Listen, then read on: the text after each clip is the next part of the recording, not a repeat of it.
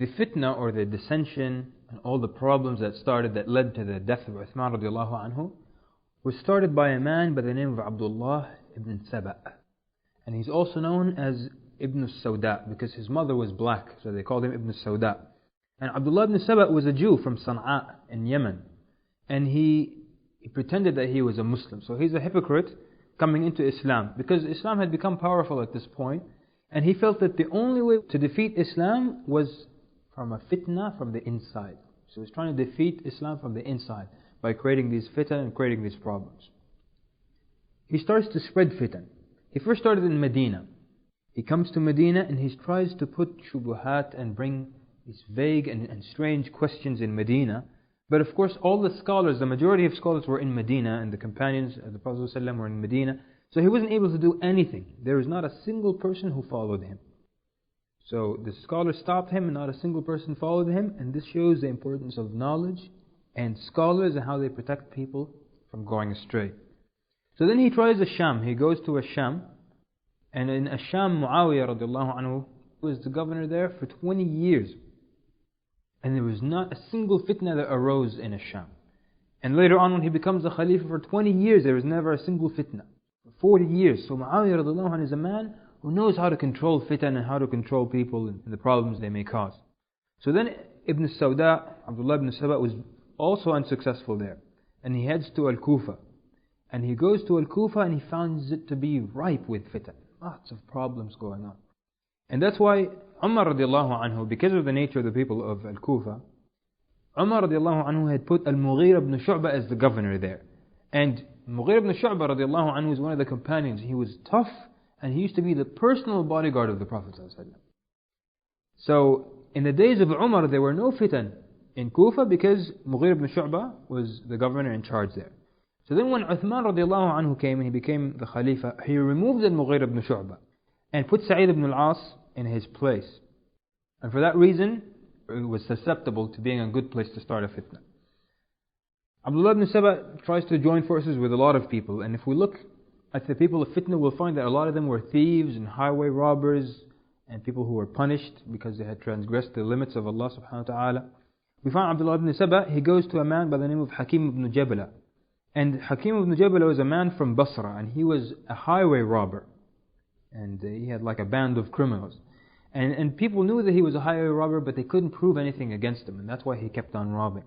And when his activities kind of went out of proportion, the matter was reported to the Khalifa, and Uthman writes to the governor of Basra to put Hakim ibn Jabala in detention, and they implemented this order.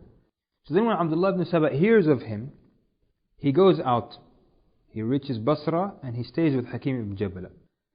And he starts to create doubts in his mind and in the minds of other Muslims there.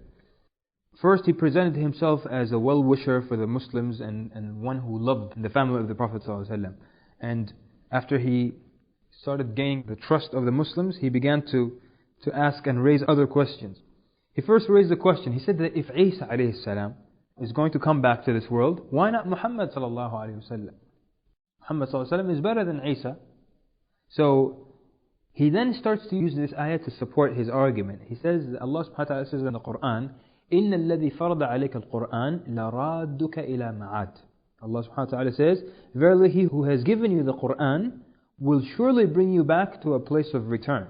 So he's saying that in this ayah, Allah subhanahu wa ta'ala is promising that the Prophet ﷺ is going to return. But of course this ayah was revealed in Mecca, and when the Prophet ﷺ was being sent out of Mecca, Allah reveals this ayah, promising the Prophet ﷺ that he's going to come back. The place of return, the ma'ad here, is speaking about Mecca. But he's using this ayah now to show that the Prophet ﷺ is returning back to earth. These same questions were asked before by a man, and his name was Al-Usaybigh. He used to ask these exact same questions during the reign of Umar radiallahu anhu. And when that happened, Umar had him sent to Medina, and he whipped him 3 times. He would whip him the first time until his flesh showed in his back. And then he would take him to be healed. And then 3 times he did this to him. Then in the end he asked him, will you ever ask these questions again? And the man says, never ask these questions again. And he tells him, go to Al-Kufa. He says, my family is in Egypt. He says, go to Al-Kufa, because there is a governor there where there is not a fitna that raises its head except some heads are cut off. And this was Al-Mughira ibn Shu'bah. So Al-Usaybigh goes and he lives in Al-Kufa, and Umar sends a letter with him saying, I have sent you Al-Usaybigh. If anyone sits with him, whip him. No one can even sit with him. Subhanallah, look then, did Umar radiallahu anhu save this man or not from the fitna?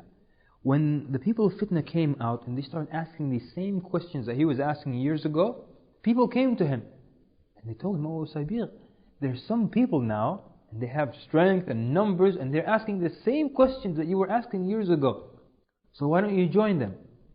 So he scratched his back and he said, علمني الرجل الصالح, that the righteous man has taught me. He's taught him this lesson. So Umar radiallahu anhu saved this man from being a part of the fitna. So Al-Usaybigh started with the same line of questioning and same questions that people could not respond to. We see here that Umar radiallahu anhu was very harsh when it comes to fitna, very stern, very strict when a fitna shows up. And Uthman radiallahu anhu was very easygoing. It was easygoing, and that's why it allowed the people of fitna to increase and to come out and to get some following. So we look at the situation in Kufa. In Kufa, Abdullah ibn Saba, he finds a section that's already working against the governor and the Khalifa. So he finds it to be a very fertile land, and the atmosphere is just excellent for encouraging his plans. So a group of people, these people of fitna, we shall refer to them as the people of fitna. These are the people who caused this general atmosphere of displeasure against Uthman radiallahu anhu. They hurled accusations at him, some of them unfounded, but in the end they are the ones who caused his death, and some of them were the ones who killed him. So we'll refer to them as the people of fitna. And at one point they had gathered and they went to the masjid and they were going to cause problems, and the governor there was Sa'id ibn al-As, and he had in charge of the army there Al-Qa'qa'. Al-Qa'qa' was one of the most fierce warriors of Islam. Umar radiallahu anhu used to consider him to equal 1,000 warriors. So Al-Qa'qa' goes out to them with his army. So when they see that the affair now has armies and killing, so they become scared. And they say, well, we only want to complain about the governor. And this, during the time of Uthman, everyone had the right to complain of his governor. So he tells them, if you want to complain from the governor, you go to Uthman and you complain. So they went to Uthman, and then he tells them to go to Asham, to settle in Asham, these people. He knows they're troublemakers, and he wants to just fix the situation, be gentle with them, and try to solve it through gentle treatment. So he tells them to go to Asham, where Muawiyah radiallahu anhu is the governor. They arrive to Muawiyah, these people of fitna. They come to him, and one of them got up. So he asked them, what is it with them? What is their situation? One of them got up and he spoke incoherently and so on. So Muawiyah came down hard on them. He spoke to them harsh and insulted them. And he tells them that if I see two of you together, you're in trouble.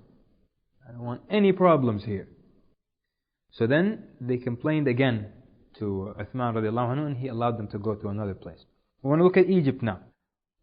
In Egypt, Abdullah ibn Saba also, he found that some of the people there already had some complaints against Abdullah ibn Sa'd, who was the governor of Uthman in Egypt. And Abdullah ibn Sa'd was very occupied with the battles on the borders there with the African Berbers and the Caesar of Constantinople. So he didn't have enough time to focus on the internal problems and the complaints of the people. So then they started a letter writing campaign, as we would say now.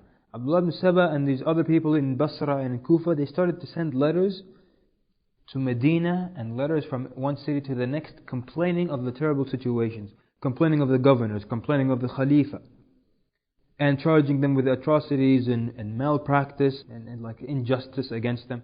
So with all these letters being circulated, then the general atmosphere that was created was that people are not happy with Uthman and that it was not a good Khilafah. And we said that the first 10 years of the Khilafah were excellent, and these problems only surfaced in the last 2 years. So had he not been an excellent Khalifa in the first 10 years, complaints would have surfaced long before the last 2 years. So this is the general atmosphere that they managed to create. Of course, some of these complaints reached Uthman, and he was always trying to deal with them in the nicest of ways.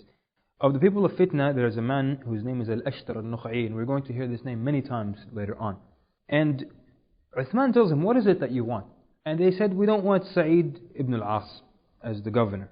So he says, okay, I have deposed him, I have removed him. Who do you want in his place? They said, we want Abu Musa al-Ash'ari. And he agreed and he put him in charge. So Uthman thought that if he pleases them, that He would put them under control. And He tells them some nice things. He tells them that if you curse me, I'll be patient. And if you ask anything of me that's not haram, you will get it, so that you have no complaint against me.